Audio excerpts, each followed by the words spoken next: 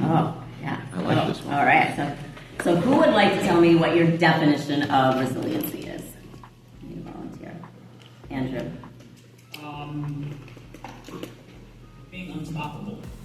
Okay. So resiliency being unstoppable. Okay. Somebody. All right, Karen. Maybe the ability to bounce back. Very good. And what? All right. Ability to adapt.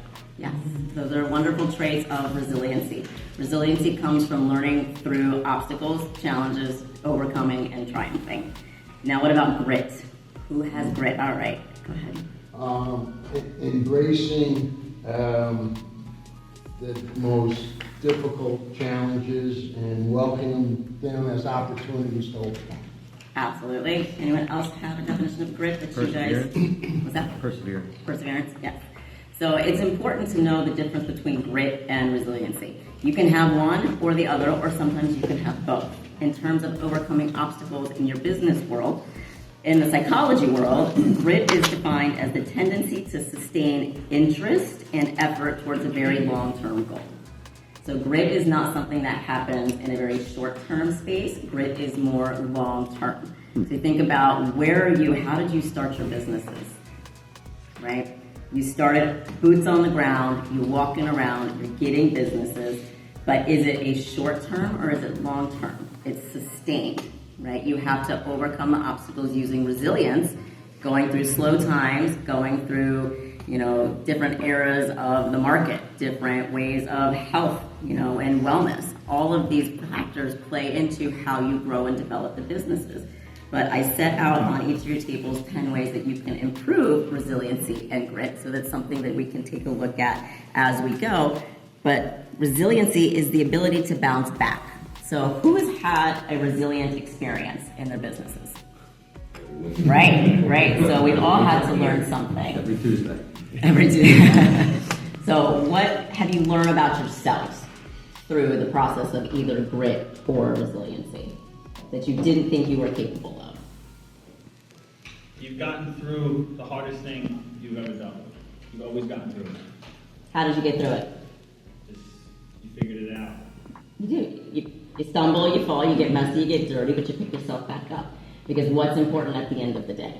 What doesn't kill you makes you stronger. Every day, right? We're one more day above the grass, as Glenn likes to say. So one day closer to your overall goals. So take a look at the different ones and see what resonates with you about building better grit and resiliency. So for one, if you're not a social person, become more social. Join a networking group. It's one of the best ways that you can get out there. If you're not in this one, there's other ones out there that meet once a month.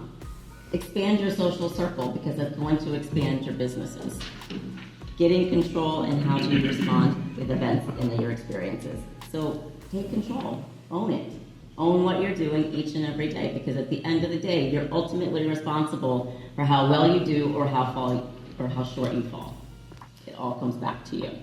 So number 3, the only constant in life is change.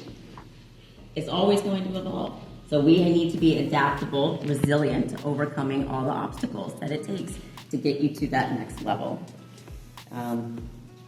Disney said it best, we keep moving forward, opening new doors, doing new things, because we're curious and curiosity keeps us going. So be curious. What is different that you can do that's not being done right now and opening up new worlds for yourself? Commit to making decisions when you find yourself in a tough situation. Don't be wishy-washy. It's very easy to wax and wane when we're not sure where to go. Mm-hmm. We always have that instinct, that inner voice. It's there for a reason. Listen to it. Don't ignore it. We have the devil and the angel on our shoulders, but who's going to win, every single day? We have to prepare and listen to the one that's truly going to get you to those goals. Differences that you can do, learning from your bad situations, growth, right? Resilience. Forgetting negative self-talk. This is something I focus a lot with in my practice is negative self-talk. I can't do this. I'm not strong enough. I'll never be where I want to be. Those little gremlins, you need to just get rid of because it's the only thing stopping you is these imaginary things in your head. They're not real. You have the ability to squash them, bury them, eliminate them. So remove the negative self-talk because everybody is capable of doing anything in this world that they want to do. Your own work. That is it. 1000%. So bad things will happen. We're not in a peachy, everything's, perfect world, We're gonna have slumps. We're gonna go against adversaries that are absolutely out to get you. Right, Bill? So you want to be prepared for the bad things as well as the good things. Practice optimism. Again, focusing that shift, going from a fixed mindset to a growth mindset.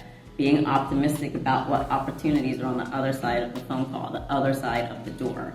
And practice self-compassion. Do things that invigorate you. Whether it's hiking, reading, sailing, traveling, working out, going, anywhere with your family. Find things that you can reinvigorate yourself, and those will help to build your grit and resiliency in your business and your life so you can live happily ever after. Enjoy!